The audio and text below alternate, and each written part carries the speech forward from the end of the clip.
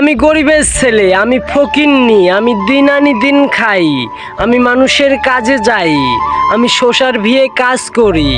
এর জন্য নাকি আমি ভিডিও করতে পারবো না।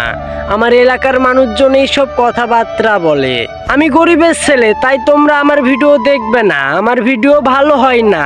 যদি আমার ভিডিও ভালো না লাগে তবে তোমরা আমাকে বইলো, আমি চলে যাব এখান থেকে। আমি আর কোনো দিন ভিডিও করব না, আমি আসবো না তোমাদের মাঝে। কিন্তু একটা কথা জানো, আমি গরিব হয়েছি বলেও আমি কখনো থেমে থাকিনি। আমি প্রতিনিয়ত পরিশ্রম করেছি, আমি প্রতিনিয়ত কষ্ট করেছি। তোমরা জানো আমার ভিডিও করতে কত কষ্ট হয়।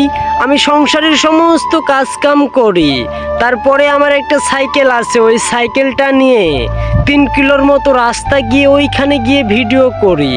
তাও আবার ভিডিও করি সন্ধ্যার দিকে। তাহলে বুঝতে পারছো আমি কতটা কষ্ট করি আর কতটা সংসারের কাজ নিয়ে ব্যস্ত থাকি। এর মধ্য দিয়েও আমি চেষ্টা করেছি তোমাদের মাঝে কিছু ভিডিও নিয়ে আসার। এরপরেও যদি আমি গরিব বলে তোমরা আমার ভিডিও না দেখো তাহলে আমার কিছু করার নেই, আমাকে এখান থেকে চলে যেতে হবে। তবে একটা কথা কি জানো, আমি গরিব বলে আমি এটা গোপন রাখি না।